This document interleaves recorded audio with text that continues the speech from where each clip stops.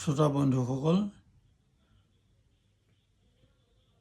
মানৱ শৰীৰ এক ক্ষুদ্ৰ ব্ৰহ্মাণ্ডৰ আজিৰ খণ্ডলৈ আপোনালোকক স্বাগতম। যোৱাটো খণ্ডত বৃক্কই যে দৈনিক 180 লিটাৰ ফিল্ট্ৰেট শোধন কৰি 1.5 পৰা 2 লিটাৰ প্ৰস্ৰাৱ উৎপন্ন কৰে সেই সম্পৰ্কে আমি আলোচনা কৰিছিলোঁ। আজি আমি মূত্ৰতন্ত্ৰ ইউৰিনেৰী ছিষ্টেমত কেনেকৈ এই 1.5 বা 2 লিটাৰ প্ৰস্ৰাৱ দেহৰ বাহিৰলৈ যায় সেই সম্পৰ্কত আলোচনা কৰিব খুজিছোঁ। এই মূত্ৰতন্ত্ৰটো প্ৰধানতঃ ৰেনেল পেলভিছ, বৃক্কৰ পৰা ওলোৱা ৰেনেল পেলভিছত আৰম্ভ হয়। তাৰপিছত ইউৰেটাৰ নামৰ দুডাল মূত্ৰবাহী নলিকা আহে আৰু সেই দুডাল মূত্ৰবাহী নলিকাৰ পিছতে এটা মূত্ৰথলী ইউৰিনেৰী ব্লেডাৰ থাকে আৰু ইউৰিনেৰী ব্লেডাৰৰ পিছত মূত্ৰ বহিৰ্গমনৰ কাৰণে ইউৰেথ্ৰা নামৰ এডাল নলিকাৰ সৈতে মূত্ৰতন্ত্ৰটো গঠিত হৈছে। ৰেনেল পেলভিছৰ পৰা ইউৰেটাৰ নামৰ যি দুডাল নলিকা আহিছে, সেই দুডাল নলিকাৰ ভিতৰত কিছু মসৃণ মাংসপেশী থাকে। সেই মসৃণ মাংসপেশীবিলাক প্ৰতি 10 ছেকেণ্ডৰ পৰা 30 ছেকেণ্ডৰ ভিতৰত উঠা নমা কৰি থাকে। সংকোচন সম্প্ৰসাৰণ হয়। এই সংকোচন সম্প্ৰসাৰণৰ ফলত ৰেনেল পেলভিছৰ পৰা যি মূত্ৰ এই ইউৰেটাৰ দুডালত সোমাই সি তললৈ ঠেলি দিয়ে। ই আমাৰ মধ্যাকৰ্ষণ শক্তিৰ লগত একো সম্বন্ধ নাই। এনেধৰণে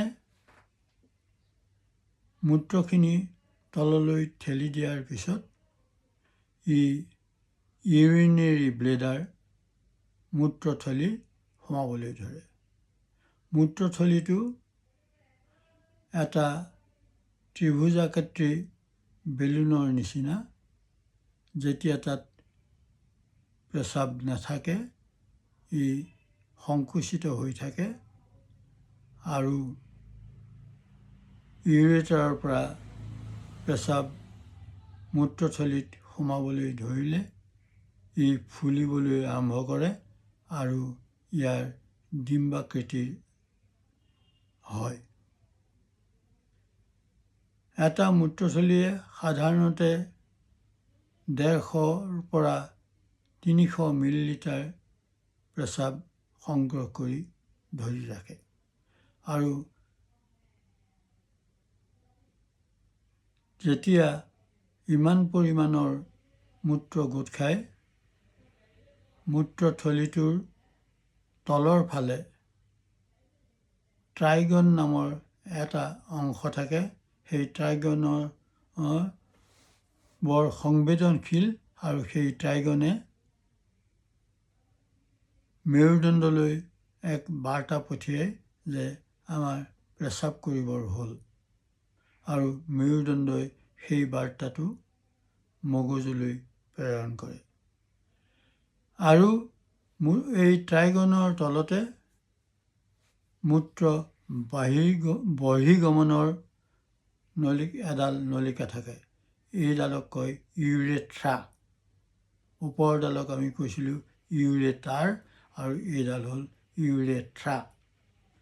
এই ইউৰেথ্ৰাডাল মহিলাৰ ক্ষেত্ৰত মাত্ৰ 4 চেণ্টিমিটাৰ দীঘল, পুৰুষৰ ক্ষেত্ৰত ই প্ৰায় 20 চেণ্টিমিটাৰ দীঘল। মহিলাৰ ক্ষেত্ৰত এই 4 চেণ্টিমিটাৰ দীঘল ইউৰেথ্ৰাৰেদি চিধাচিধিকৈ প্ৰস্ৰাৱ বাহিৰলৈ ওলাই যায়। পুৰুষৰ ক্ষেত্ৰত এই মূত্ৰনলিকাডাল পেনিছৰ মাজেদি বাহিৰলৈ যায় আৰু এই মূত্ৰনলিকাডালে দুটা কাম কৰে। এটা ই প্ৰস্ৰাৱৰ কাম কৰে আৰু যৌৱনপ্ৰাপ্ত হ'লে এইডালে বীৰ্যও কঢ়িয়াই নিয়ে, কিন্তু দুইটা কাম একেলগে নকৰে। এই আগতে আমি যিটো কথা ক'লোঁ, ট্ৰাইগনে যে 150ৰ পৰা 300 মিলিলিটাৰ হ'লে পেচাব কৰিবৰ কাৰণে যিটো সংকেত দিয়ে, সেই সংকেতৰ আমাৰ ট্ৰাইগনৰ সন্মুখত দুখন দুৱাৰ থাকে। এখন ভিতৰ ফালে থাকে, এখন বাহিৰ ফালে থাকে। ভিতৰ ফালে থকাখন স্বয়ংক্ৰিয়, ই বন্ধ হৈ থাকে। বাহিৰ ফালে থকাখন আমাৰ মনেৰে সৈতে তাক নিয়ন্ত্ৰণ কৰিব পাৰি। যেতিয়া মগজুৱে প্ৰস্ৰাৱ হ'ব লাগে বুলি সংকেত দিয়ে, তেতিয়া বাহিৰৰ দুৱাৰখন বন্ধ হৈ থাকে। আমাৰ যদি সুবিধা হয়, প্ৰস্ৰাৱ কৰাৰ ঠাই থাকে, তেতিয়া সেইখন আমি খুলি দিওঁ, আৰু যদি প্ৰস্ৰাৱ কৰাৰ সুবিধা নাথাকে, সেই বাহিৰৰ দুৱাৰখন বন্ধ হৈ থাকে। আৰু সেই বাহিৰৰ দুৱাৰখন যেতিয়া বন্ধ হৈ থাকে, তেতিয়া আমাৰ মূত্ৰথলীত আৰু প্ৰস্ৰাৱ জমা হ'বলৈ ধৰে। আৰু এই যে 300 মিলিলিটাৰ পৰ্যন্ত প্ৰস্ৰাৱ হয় বুলি কৈছোঁ, মূত্ৰথলীখন মনৰ ভিতৰৰ হেৰিটো বন্ধ হৈ থাকিলে সি বাঢ়ি গৈ 400ৰ পৰা 600 মিলিলিটাৰ পৰ্যন্ত হয়। আৰু 600 মিলিলিটাৰ পৰ্যন্ত হোৱাৰ পিছতো যদি আমি প্ৰস্ৰাৱ কৰাৰ সুবিধা নাথাকে, তেতিয়াও বাহিৰৰ দুৱাৰখন খোল খাই নাযায়। তেতিয়া সি 800ৰ পৰা 1000 মিলিলিটাৰলৈকে মূত্ৰ সংগ্ৰহ কৰি মূত্ৰথলীত ৰাখিব পাৰে, কিন্তু ই স্বাস্থ্যৰ পক্ষে ক্ষতিকাৰক হয়। সেইকাৰণে আমি পৰাপক্ষত প্ৰথম অৱস্থাতেই প্ৰস্ৰাৱ কৰা অত্যন্ত প্ৰয়োজনীয়। এই ধৰণে মূত্ৰ ওলাই যোৱাৰ কাৰণে আমি যেতিয়া মূত্ৰথলীটো খালী হয়, তেতিয়া ই আকৌ নতুন প্ৰক্ৰিয়া আৰম্ভ কৰি নতুনকৈ প্ৰস্ৰাৱ জমা কৰিবলৈ আৰম্ভ কৰে। আমি এই মূত্ৰতন্ত্ৰটো সুস্থ কৰি ৰাখিবৰ কাৰণে কিছু নিয়ম পালন কৰা উচিত। সেই নিয়মকেইটাৰ ভিতৰত প্ৰথমতে আমি পৰ্যাপ্ত পৰিমাণে দিনটোত পানী খাব লাগে। এই পৰ্যাপ্ত পৰিমাণটো সাধাৰণতে 6 গিলাচৰ পৰা 8 গিলাচ পানী খাব লাগে। তাৰোপৰি আমি প্ৰস্ৰাৱটো ঠিকে ৰাখিবৰ কাৰণে কিছুমান আমাৰ বহু সময় ধৰি প্ৰস্ৰাৱ বন্ধ কৰি ৰাখিব নালাগে, আৰু পৰিষ্কাৰ পৰিচ্ছন্নতাটো ভালকৈ ৰাখিব লাগে। কাৰণ যদি অপৰিষ্কাৰ স্থানত আমি প্ৰস্ৰাৱ কৰোঁ, তেতিয়া সাধাৰণতে বেক্টেৰিয়াৰ সংক্ৰমণ হয়, আৰু প্ৰধানতঃ ই কলাই বেক্টেৰিয়াই সংক্ৰমণ কৰে। আৰু এই সংক্ৰমণটো মহিলাৰ ক্ষেত্ৰত বেছি হয়, কাৰণ মহিলাৰ মূত্ৰনলীডাল মাত্ৰ 4 চেণ্টিমিটাৰহে দীঘল। সেইকাৰণে আমি এই ক্ষেত্ৰতো প্ৰায় সাৱধান হৈ থাকিব লাগে। তাৰোপৰি বৃদ্ধ অৱস্থাত হোৱাৰ লগে লগে আমাৰ পেলভিছ ফ্ল'ৰ যিখন আছে, সেই পেলভিছ ফ্ল'ৰখন দুৰ্বল হয়। সেইকাৰণে আমি বৃদ্ধ অৱস্থাত কেতিয়াবা হাঁহিলে, কেতিয়াবা কাহ মাৰিলেও আমাৰ প্ৰস্ৰাৱ ওলাই যায়। আৰু বৃদ্ধ অৱস্থাত এই পেলভিছ ফ্ল'ৰখন দুৰ্বল হোৱাৰ কাৰণে নিশা এজন বৃদ্ধ লোকে এবাৰৰ পৰা দুবাৰ প্ৰস্ৰাৱ কৰিবলগীয়া হয়। তাক নক্টুৰ্নিয়া বুলি কোৱা হয়।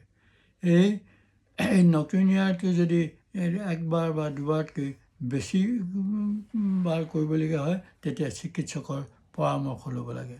আৰু পেলভিছ ফ্ল'ৰ কেতিয়াবা সম্পূৰ্ণ বন্ধ হৈ পেলাইও প্ৰস্ৰাৱ বন্ধ হয়, আৰু তেতিয়া আমি চিকিৎসকৰ পৰামৰ্শ ল'ব লাগে। এইখিনি আমি সাৱধানে চলিলে আমাৰ মূত্ৰথলীৰ এই পৰিষ্কাৰ পৰিচ্ছন্ন হৈ থাকিলে আমাৰ এইবিলাক প্ৰব্লেমৰ পৰা আমি হাত সাৰি থকাৰ এটা উপায় থাকে। আপোনালোকে যদি আমাৰ এই ভিডিঅ'টো ভাল পাইছে আপোনালোকক ছাবস্ক্ৰাইব কৰিবৰ কাৰণে অনুৰোধ জনাইছোঁ। আৰু আপোনালোকৰ লাইক কমেণ্ট ইত্যাদি আমাৰ প্ৰেৰণাৰ উৎস হয়।